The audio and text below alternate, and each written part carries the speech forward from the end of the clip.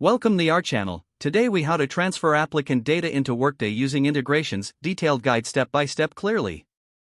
To transfer applicant data into Workday using integrations, start by accessing your Workday account. Once logged in, navigate to the integration section from the main dashboard. Select Create Integration System to begin setting up the new integration. Choose the integration type that best matches your applicant data source.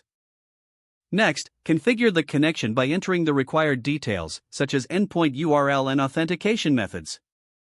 After setting up the connection, define the integration parameters, including fields to map from the source.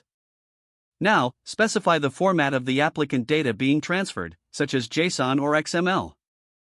Proceed to set up error handling to ensure that any issues are logged and can be reviewed later. Once the parameters are in place, test the integration to confirm that data flows correctly from your source into Workday. Review the results of the test and address any errors that may arise. If the test is successful, proceed to schedule the integration according to your needs, whether it's Finally, monitor the integration regularly to ensure everything runs smoothly and make adjustments as necessary.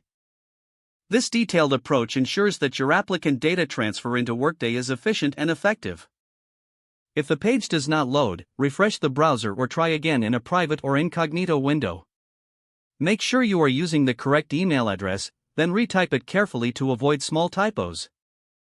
If your password is not accepted, use the reset option and create a new strong password you can remember. Check your spam folder for verification or security emails, then complete any requested confirmation steps. Enable two-factor authentication if available to improve account security and reduce unauthorized access risk. After signing in, review your profile details so your contact information and settings are accurate. If you see an error message, note it down and try again after restarting your device and internet connection. Log out when you finish, especially on shared devices, to keep your account and payment information. If the page does not load, refresh the browser or try again in a private or incognito window. Make sure you are using the correct email address, then retype it carefully to avoid small typos. If your password is not accepted, use the reset option and create a new strong password you can remember.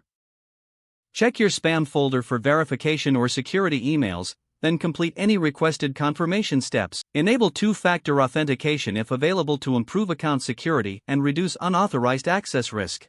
After signing in, review your profile details so your contact information and settings are accurate and current. If you see an error message, note it down and try again after restarting your device and internet connection. Don't forget to like this video and subscribe to our channel for more step-by-step tech guides.